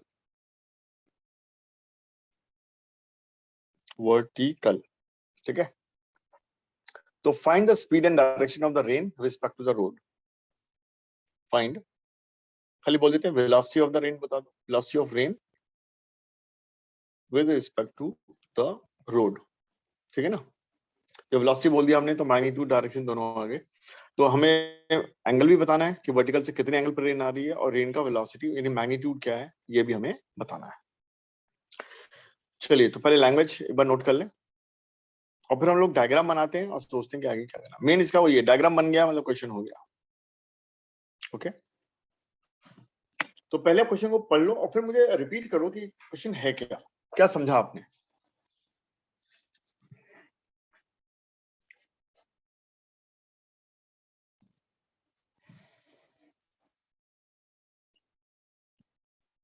Sir एक आदमी दौड़ रहा है और बारिश हो रही है। First is running at 8 kilometre per our, फिर वो 12 किलोमीटर पर आवर तक दौड़ना शुरू कर देता है और एंगल तब 30 डिग्री बन जाता है रेन के साथ जो वर्टिकली जो गिर रही है। तो पहले क्या था एंगल, जब वो 8 से भाग रहा था तब क्या एंगल था रेन का, क्या दिख रहा था उसको? सर 0। वर्टिकल से 0, यानी rain is falling vertically downwards. जब वो 8 किलोमीटर पर से भाग रहा था, है ना, 8 तो ट्रेन इज फॉलिंग वर्टिकल देता है, 12 पर देता है, तो वही रेन उसको 30 डिग्री पर दिखती है विद द वर्टिकल, राइट? तो आपने सही बताया, मतलब अनान आपने ठीक बोला, लेकिन जो उसमें 8 किलोमीटर वाला था उसमें क्या था कि वर्टिकल वाला, है ना, बताना है कि जब 8 से भाग रहा था तो वर्टिकल, और जब उसने स्पीड को बढ़ा के 12 कर दिया तो एंगल आ गया 30 विद द वर्टिकल। अब बात आती है डायग्राम की, है ना, तो चलिए नेक्स्ट पेज पे चलते हैं। तो जैसे हम जानते हैं कि velocity of rain respect to man का फॉर्मूला, जैसे बाबल लिखना तो यही है हमें, हैबिट तो यही है हमें, और फिर वीआर की बात करते हैं। वीआर क्या हो जाएगा, इन दोनों का वेक्टर सम, ठीक है ना, इन दोनों का वेक्टर सम। तो पहले केस में देखो डायग्राम क्या है, जो वी एम है वेलोसिटी ऑफ मैन, वो था 8 किलोमीटर पर आवर, और रेंज दिख रही थी, है ना, रिलेटिव भागते हुए दिख रही थी ना वर्टिकली, तो हम क्या कहेंगे, ये था पहले केस में relative velocity of rain respect to man. Magnitude नहीं मालूम पर डायरेक्शन तो मालूम है, तो वर्टिकली नीचे आ रही थी। इसमें कोई डाउट है बेटा, समझ यहां तक समझ में आया? यानी मैन Yes, अगर sir. भाग रहा है ना 8 से भागेगा तो रेन उसे वर्टिकली दिखेगा, तो वीएम हमें पता है, V R respect to man पता है, और दोनों का जो सम है वो हमें क्या देता है, वो वेलोसिटी ऑफ द रेन देता है ना, दोनों का जो सम है ये वाला वेक्टर, वो हमें वेलोसिटी ऑफ द रेन देता है। और ध्यान रखना कि वेलोसिटी ऑफ द रेन जो भी वर्टिकल से एंगल बना रहा है वो चेंज होने वाला नहीं है, चाहे वो मैन 8 से भागे या 12 से भागे या 15 से भागे, that doesn't matter. Velocity of the rain जो ग्राउंड से दिखने वाला है एक्चुअल, वो वर्टिकल से जो भी होगा वही रहेगा। तो let it be angle theta. तो वर्टिकल से हमने थीटा मान लिया, या नोन है मेरा, ये मुझे निकालना है। और वी आर भी मुझे निकालना है, बिकॉज वी आर मैंने क्या माना, रेन की एक्चुअल वेलोसिटी का मैग्नीट्यूड। तो मुझे वी कैपिटल भी निकालना है, मुझे थीटा भी निकालना है। क्या यहाँ तो बेटा समझ आ गया? क्लियर है? जी और सर अब जो मैंने क्या, एंगल 30 दिया है, वो यूज करेंगे अभी। अब रुको, वो कब आएगा? वो जब 12 से भागेगा। तो यानी 8 तो था ही, अब अपने इस वेक्टर को वो थोड़ा और बढ़ा देता है, वो 8 तक इसको 4 कर देता है, इसमें 4 किलोमीटर पर आवर और ऐड कर देता है, यानी टोटल क्या हो गया यहाँ से यहाँ तक 12 हो गया। ठीक है? तो now this complete vector is second case में velocity of the man which is now 12। और रेन की जो रिलेटिव वेलोसिटी है, रेन की जो वेलोसिटी है वो क्या होगी? यानी हमने क्या करना है, vm में v of r respect to m को ऐड करना है। तो सेकंड केस में जो velocity of rain respect to man है वो ये है, डैश लगा दिया मैंने सेकंड केस में, क्योंकि इन दोनों का जो वेक्टर सम आएगा वो तो हमेशा v r ही आएगा। और वी आर स्पेस में एक बार ड्रॉ कर दिया तो वी आर तो हम चेंज कर नहीं सकते, क्योंकि ना तो उसका मैग्नीट्यूड चेंज होगा, ना ही उसका डायरेक्शन चेंज होगा विद वर्टिकल। तो वी आर इज फिक्स्ड। तो बहुत आराम से देखो ये डायग्राम कैसे बना। पहले हमने क्या बनाया, वीएम 8, और velocity of the rain respect to man क्या बनाया, वर्टिकल। तो इन दोनों की हेल्प से हमने क्या ड्रॉ कर दिया, वी कैपिटल आर, है ना। वी कैपिटल आर इज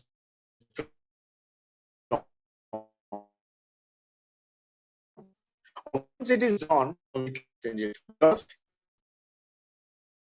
है ना, जो भी आ रहे हैं हमने इसको एक्सटेंड कर दिया बाय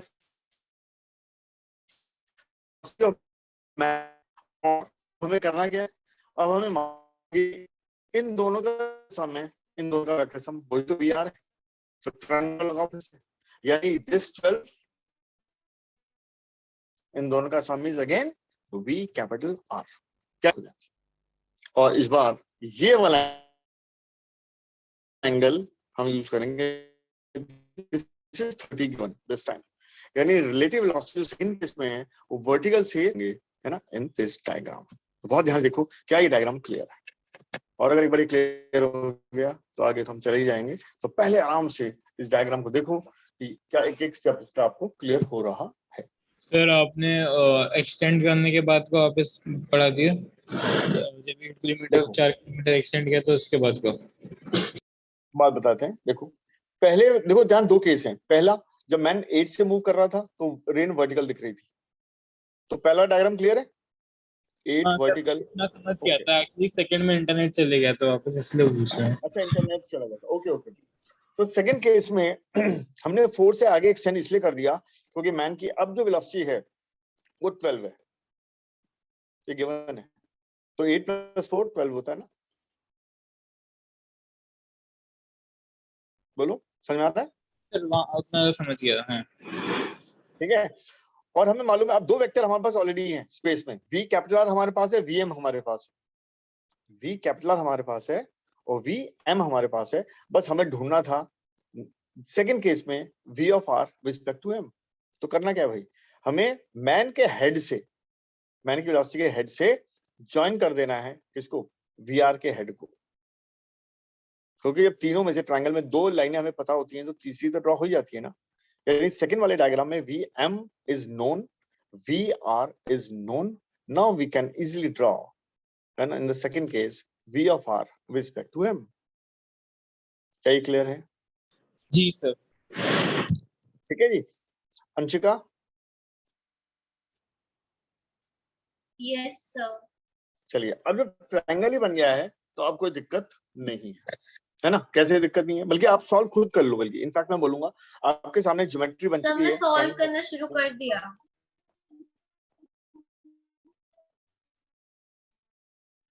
शाबाश शाबाश, गुड गुड। तो वी कैपिटल बताना है और वी और थीटा एंगल बताना है विद द वर्टिकल जो है इसका।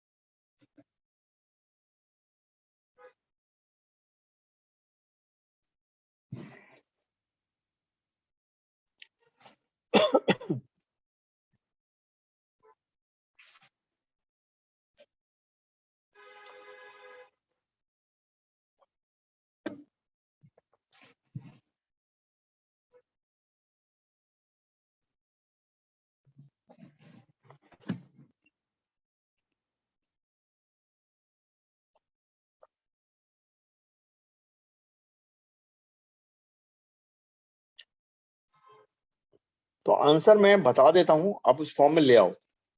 कैसे कर लूं?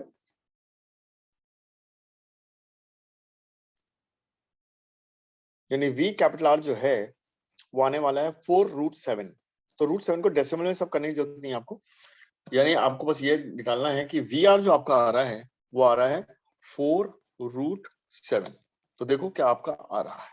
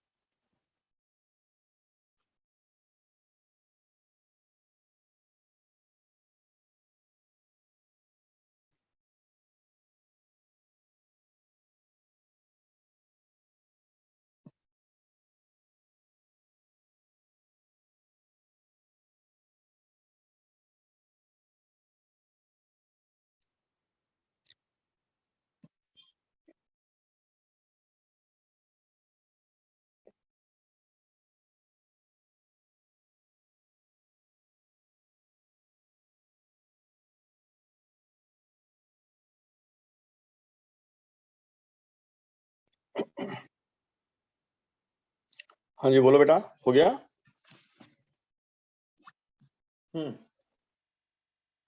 कहां तक पहुंचे?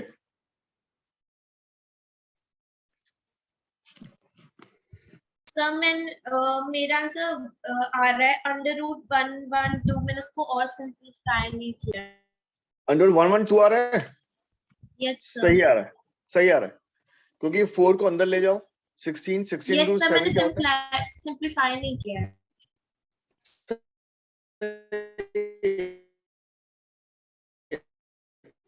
है? √112 is the right answer. बिल्कुल सही। कहां तक पहुंचे भाई? फिर मेरा भी 112 आ गया।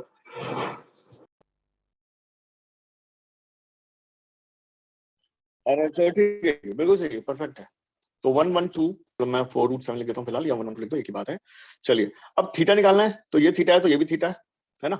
और साइन थीटा फिर से हमारा क्या है, इसके सामने वाला साइड और हाइपोट, तो 8/4√7, यानी आ जाएगा 2/√7। तो साइन थीटा निकाल दो या टेन कॉट जो भी निकालना है निकाल दो, मतलब ठीक है ना, एक ही बात है।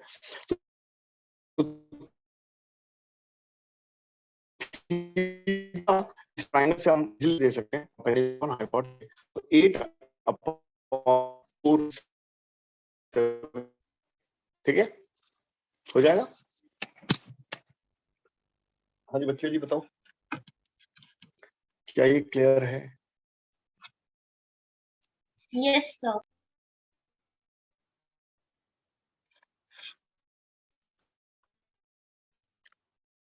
चलिए तो अब मैं जो है देखो हमने रेन नंबर ठीक है क्या कभी हो गया। चलिए हम आगे मूव करते हैं। तो रिलेटिव वेलोसिटी पे एक छोटा सा केस देखते हैं, समझ आ गया क्या होता है, रिवर बोट समझ आ गया। तो कुछ केसेस में आपको नेक्स्ट क्लास में और करूंगा, ठीक है ना। लेकिन इसका एक केस और होता है कि आपकी इक्वेशंस होती है ना, स्क्वायर वीकली प्लस 80, तो ये आपको एक्सेलरेशन कांस्टेंट होना चाहिए, बस एक्सेलरेशन कांस्टेंट है तो you can apply these equations. तो एक सवाल है, तो देखते हैं कि क्लियर करना हो तो कैसे किया जाए। चलिए ऐसा देखते हैं कि जैसे मान लो ये A है और ये B है, तो B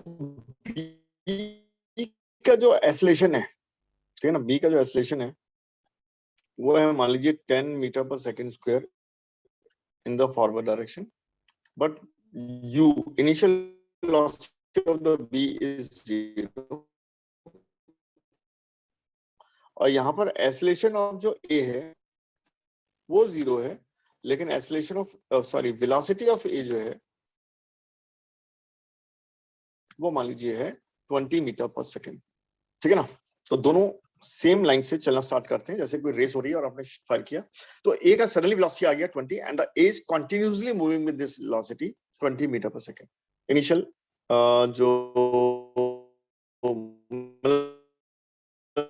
जो एक्सेलरेशन है ए का वो 0 है और वेलोसिटी कांस्टेंट है। और बी के लिए क्या है, बी की इनिशियल वेलोसिटी 0 है, धीरे धीरे धीरे बढ़ेगा वो बट एक्सेलरेशन उसका 10 मीटर पर सेकंड, तो डेफिनेटली ए आगे निकल जाएगा, बी पीछे होगा। तो आपको बताना है कि after what time B will catch A, ठीक है ना। अब क्वेश्चन है फाइंड आफ्टर बी, तो इसे हम ग्राउंड फ्रेम से कर सकते हैं, बट हम इसे रिलेटिव वेलोसिटी का कॉन्सेप्ट यहाँ लगा, वो लगाना है, ठीक है ना। बहुत से सवालों में बहुत इजी हो जाता है, तो चलिए मैं रिलेटिव वेलोसिटी कॉन्सेप्ट को लगाकर इसे सॉल्व करना है, ठीक है। तो यहाँ पे देखिएगा कैसे सॉल्व करना है। तो एक सिंपल क्वेश्चन है जो मैं ही कर रहा हूँ आप लोगों के साथ मिलकर, और फिर हम लोग समझ जाएंगे और फिर आगे हम लोग बहुत सारे केसेस ऐसे देख पाएंगे, ठीक है। तो यहाँ पे हम क्या करेंगे, हम देखते हैं कि ए के बी के बी पर, तो हमने कहा कि okay velocity of A with respect to B क्या है, इनिशियल वेलोसिटी, तो वो क्या होगा यूए माइनस यूबी। अब यूए कितना है, वो तो 20 है, 20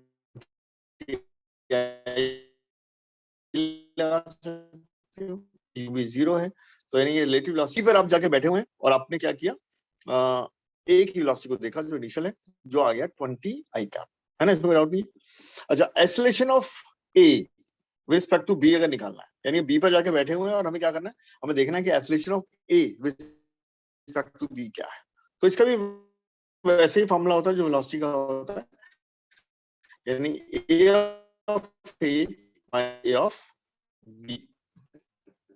ऑफ ए यानी acceleration of A minus acceleration of the 0, minus तो है फॉर्मूले का, और ये आ गया -10 आई, है ना। यूनिट तो अंडरस्टूड है, ये मीटर पर सेकंड होगा और ये मीटर पर सेकंड स्क्वायर होगा, ठीक है जी। तो अब आपको देखना है कि भाई दोबारा कब कैच करेगा, है ना।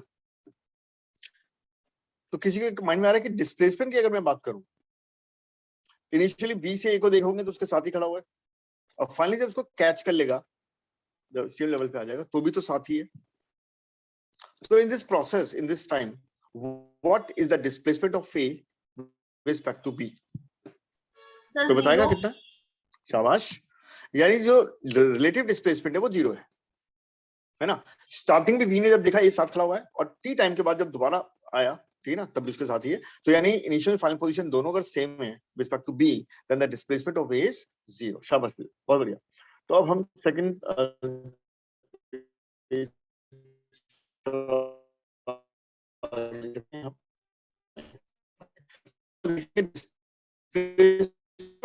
to b है in this much of time is 0. S of a with respect to b a t square, यानी ut plus half a t square ही लगाया है, बस फर्क क्या है, हमने सब कुछ निकाला है with respect to the b, यानी displacement of A respect to B, initial velocity of A respect to B and the acceleration of A respect to B, right.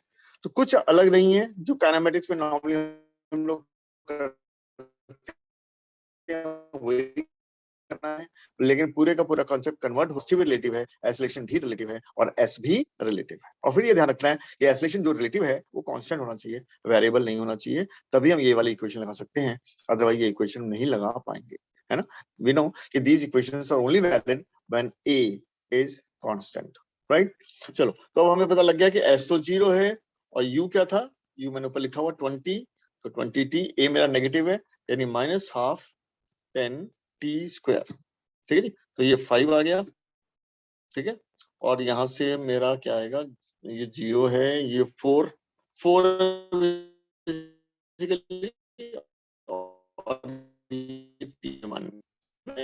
कर दीजिए आप, तो आपका टी आ गया यहाँ से 4 सेकंड। क्या ये बात आपकी समझ में आ गई है? ध्यान से देख रहा, मतलब नॉर्मल जो काइनेमेटिक्स में Yes, सॉल्व sir. करते हैं उसमें ये कन्वर्ट हो चुका है, ऑल्दो रिलेटिव था, रिलेटिव का यूज किया है, यानी बी पर बैठ के हमने, हाँ, इनिशियल लॉसिस का ए का, है ना, ए का to B displacement of wave respect to में पुट कर दिया है ना, और आराम से हमें टाइम मिल गया है कि this much after this much of time A will again catch B, या B will catch A actually, because ये तो आगे निकल चुका है, बी अब इतने टाइम बाद उसे कैच करने वाला है, और बाद में तो आगे निकल ही जाएगा एंड सो ऑन। क्या ये बात सबकी समझ में आ गई है? Yes, sir. शाबाश, अंशिका को आ गया, अदनान आपको आ गया बेटा? Yes sir. सर कैलकुलेशन दिखा दिए गए, एक बार जो किए हैं ना। कैलकुलेशन क्या करूं, दिखा दूं? ये तो है ना सामने, या अगर क्लियर नहीं है तो मैं दोबारा कर दूं अच्छे से? दोबारा करा दिए एक बार। अच्छा, दोबारा करा देते हैं। चलो जी, ये मिटा दिया मैंने, और हम नेक्स्ट पेज पे, वैसे तो पेज यहाँ चला ही जाएगा, कोई इशू है नहीं। लो देखते हैं, तो ये है 0, ये है यू कितना था भाई, 10 20 था, है ना, 20t, देख लेता हूँ नीचे, इनिशियल वेलोसिटी 20 है ना, तो ये मैंने लिख दिया 20t, और ये लिख दिया -12,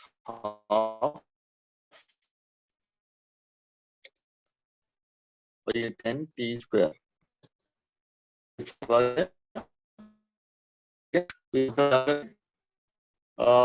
5t को कॉमन ला जाए, t को कॉमन ले ले, 5t को, तो 20t है ये, और ये 5t² है।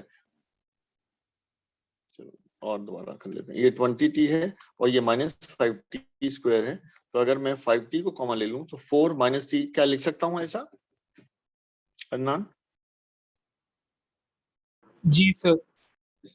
तो इसका मतलब है या तो ये 0 है या ये 0 है, याद है ना क्वाड्रेटिक में कैसे बोलते हैं हम लोग, either t is 0, either t is 0 और 4 - t is 0, एंड 4 - t 0 है, तो this implies t is equal to 4, ठीक है ना, t is equal to 4। तो t equal to 0 पे या तो दोनों साथ थे या 4 सेकंड के बाद दोनों साथ हैं, तो इनिशियल से तो हमें कोई मतलब नहीं है, हमें तो भी 4 में इंटरेस्ट है कि कितने टाइम बाद क्लॉक को जब हमने ऑन किया कितने टाइम के बाद वो दोबारा साथ होंगे, तो वो टाइम हमारा क्या आया है, 4 सेकंड। क्या भी क्लियर है? जी सर।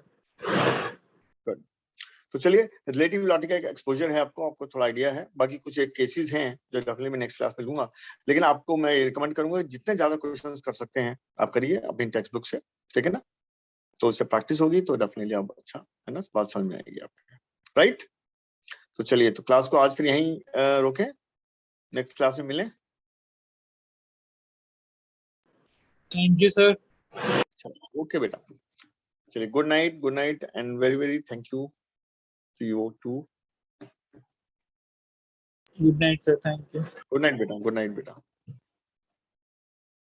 Bye, sir. बाय बेटा, बाय बाय।